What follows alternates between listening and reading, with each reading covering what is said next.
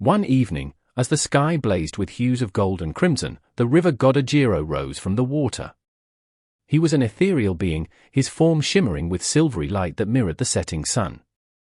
His eyes held ancient wisdom, deep as time itself, and his voice flowed like a gentle breeze that kissed Amora's ears. In the heart of the lush, fertile land of Ober, life flourished beneath a wide canopy of towering trees. The village was a vibrant tapestry of colors and rhythms. The air was scented with blooming flowers, and the distant murmur of the river added a calming melody to the villagers' daily lives. Amora, a young woman of rare beauty, lived in a modest thatched hut by the river bank. Each day began with the soft ringing of village bells, announcing the dawn of a new day. She would rise before the sun, her movements fluid and deliberate, as though she was dancing in perfect harmony with nature. As she made her way to the river, her footsteps barely disturbed the earth. She often paused in awe as sunlight filtered through the leaves, casting lace-like patterns on the ground. Each stride was like a meditation, a sacred connection with the world around her. The river itself was both mystical and majestic. Its waters sparkled like liquid crystal, and its banks were draped in thick greenery that seemed to whisper secrets to those willing to listen. To Amora, it was a place of comfort, a sanctuary where she felt connected to something greater than herself. On one such morning, as she filled her clay pot with water, the atmosphere shifted. The air turned still and heavy.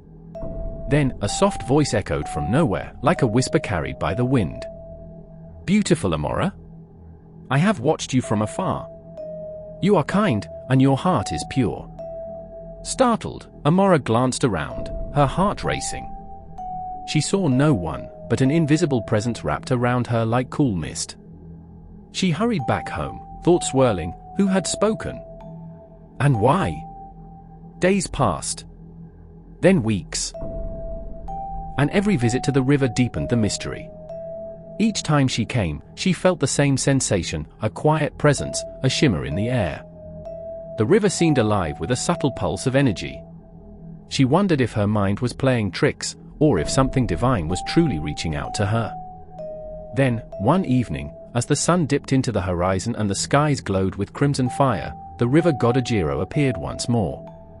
Rising from the water, he looked otherworldly, his silvery form radiant under the dying light. His eyes, like stars, sparkled with compassion and knowledge. Asked, "What blessing?" "Amora," he said, his voice a warm balm. "I have chosen you as the vessel of a great born of divine light, destined to bring healing and hope because your heart is selfless and kind." Before she could respond, he disappeared beneath the surface, leaving only ripples behind. Amora stood in stunned silence, the weight of his message pressing upon her spirit. A divine child? She was filled with awe, but also with a growing unease about what this truly meant. Months passed, and her belly began to swell with life.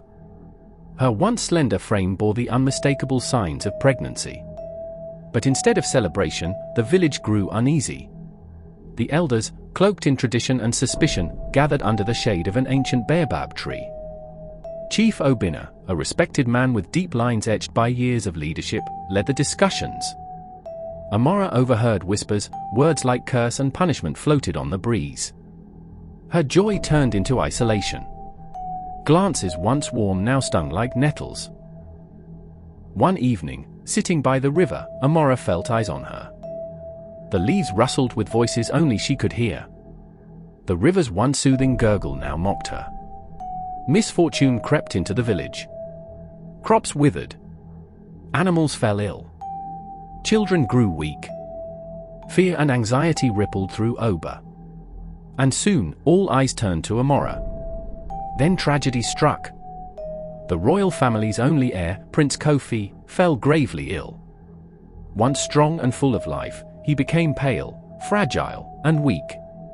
King Nami, once a towering figure of strength, was brought to his knees with despair. The palace that once echoed with music now shuddered in sorrow. As the prince worsened, murmurs in the village sharpened into accusations. Many believed Amora's unborn child was the source of their troubles. Their stares became sharper. Their whispers turned into shouts. Though Chief Ober felt sympathy, he could no longer ignore the villagers' unrest. He met with King Nami in the grand hall of the palace, its gold-lined walls now heavy with silence. "Your Majesty," Ober said gravely, "the people believe Amora's child is the cause of our suffering. We must address this unrest for the sake of the prince and the peace of the land." King Nami, drained and grief-stricken, nodded. "If it brings my son healing and restores harmony, I am willing to consider anything.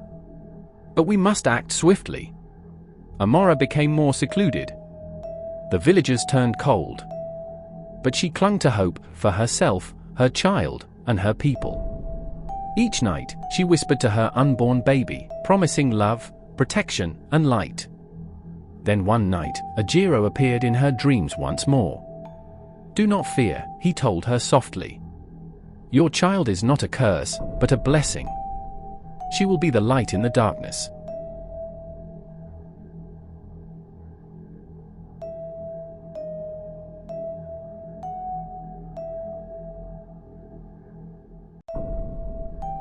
Amora awoke with renewed strength.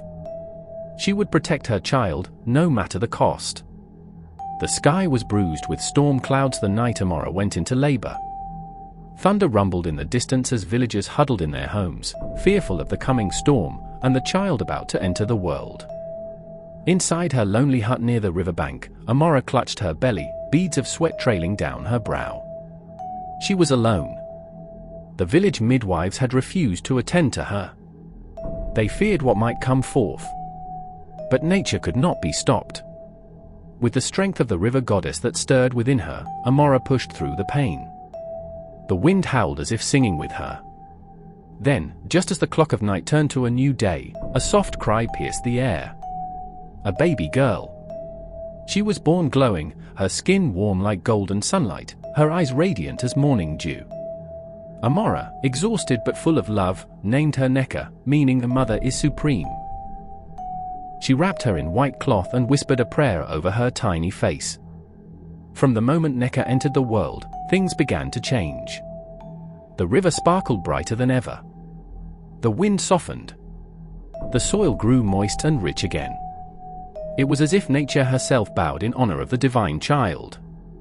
But the village remained skeptical. Many still believed the child was a curse disguised in beauty. When word reached the palace that Amora had delivered a baby girl, the king's advisors saw an opportunity. Perhaps confronting the child would settle the matter once and for all.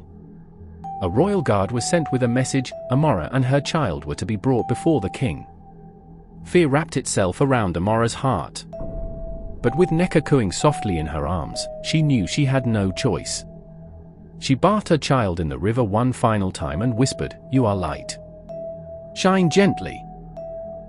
The next morning, wrapped in a flowing wrapper and holding Neca tightly to her chest, Amora stood before the royal court. The king, weary and haunted by his son's illness, looked upon the mother and child with tired eyes. Ober, the chief, stepped forward. "This is the child the village speaks of." Gasps filled the room as Neca blinked her wide, shining eyes. Barely breathing, something was brought into the hall. His eyes fluttered open. For the first time in weeks, he moved. Then, miraculously, he sat up. He reached toward the glowing infant with trembling hands. Everyone watched in stunned silence as Neca stretched out her tiny fingers and touched his cheek. And just like that, color returned to his skin. The prince stood. Whole. Alive. He turned to the king and whispered, "She is light." The crowd broke into disbelief and awe. Some wept. Others knelt. The king dropped to his knees before Amora and her child. "I have wronged you," he said, tears streaming down his aged face. "We all have." A hushed silence fell over the palace hall. All eyes remained fixed on the young girl wrapped in white cloth, her tiny hand still resting on the cheek of the once ailing prince. Neca's touch lingered like warm morning light, and as the boy stood on his own 2 feet, the tension shattered into gasps of disbelief and cries of joy. The queen burst into tears, clinging to her son, while the king knelt before Amora and Neca, overwhelmed. "This child," he whispered, voice cracking, "is not a curse, she is a divine blessing." From that day forward, the story of Neca spread far beyond the village of Ober. Word reached neighboring kingdoms, and people began journeying to see the child born of the river. The girl who had healed a dying prince with a single touch. But in the heart of Ober, the people wrestled with their shame. They remembered how they had shunned Amora, accused her of bringing misfortune. Now, the same child they feared was healing their land, just as quietly and purely as a gentle breeze after the storm. Ashamed and humbled, the villagers returned to Amora's compound, bearing gifts and apologies. Some brought yams and oil, others colorful wrappers, chickens, or carved stools. But Amora asked for none of it. "I seek no reward," she said softly. "Only that you protect my daughter. She is not mine alone. She was given to all of us." And so, life resumed, more peacefully than before. Crops flourished once more. The river flowed clearer than ever. Even the birds returned to the trees, singing as though they, too, had waited for a miracle. As Nneka grew, so did her gifts. By the time she turned 3, she could calm storms with a wordless hum. Animals followed her in silence. Sick children found comfort merely by laying near her. When she smiled, even the hardened warriors of the village softened. But even as joy returned, a quiet worry began to settle in Amora's heart. Each passing moon left her more tired than the last. Her steps grew slower. Her body, once graceful and strong, began to weaken.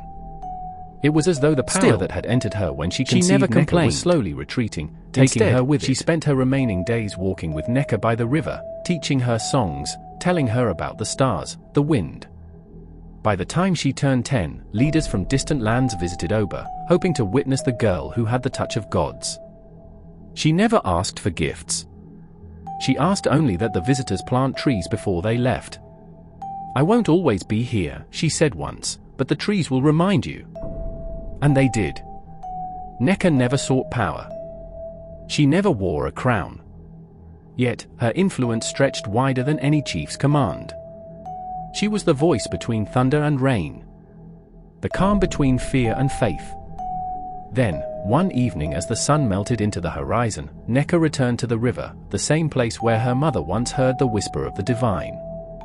There, rising from the water as gracefully as the first time, stood Agiro, the river god. "My daughter," he said, his eyes soft with pride, "the time has come." She looked up at him, calm. "Will I return?" "You are not leaving," he replied. "You are going forward." The river parted like a curtain, and a boat made of silver light appeared, no oars, no sails, only glow. Neca stepped in. And just like that, the river closed behind her, rippling once, then still. Some say she became a spirit of the water. Others believe she walks the earth, cloaked in plainness, blessing the broken and healing the wounded in secret. But the people of Ober remember. They remember her touch, her silence, her mother's love. And when the river sparkles under the moonlight, they say, Neca is smiling. Moral of the story: judgment comes easy when we don't understand something, but blessings often wear the disguise of burdens. What you fear today may be your healing tomorrow.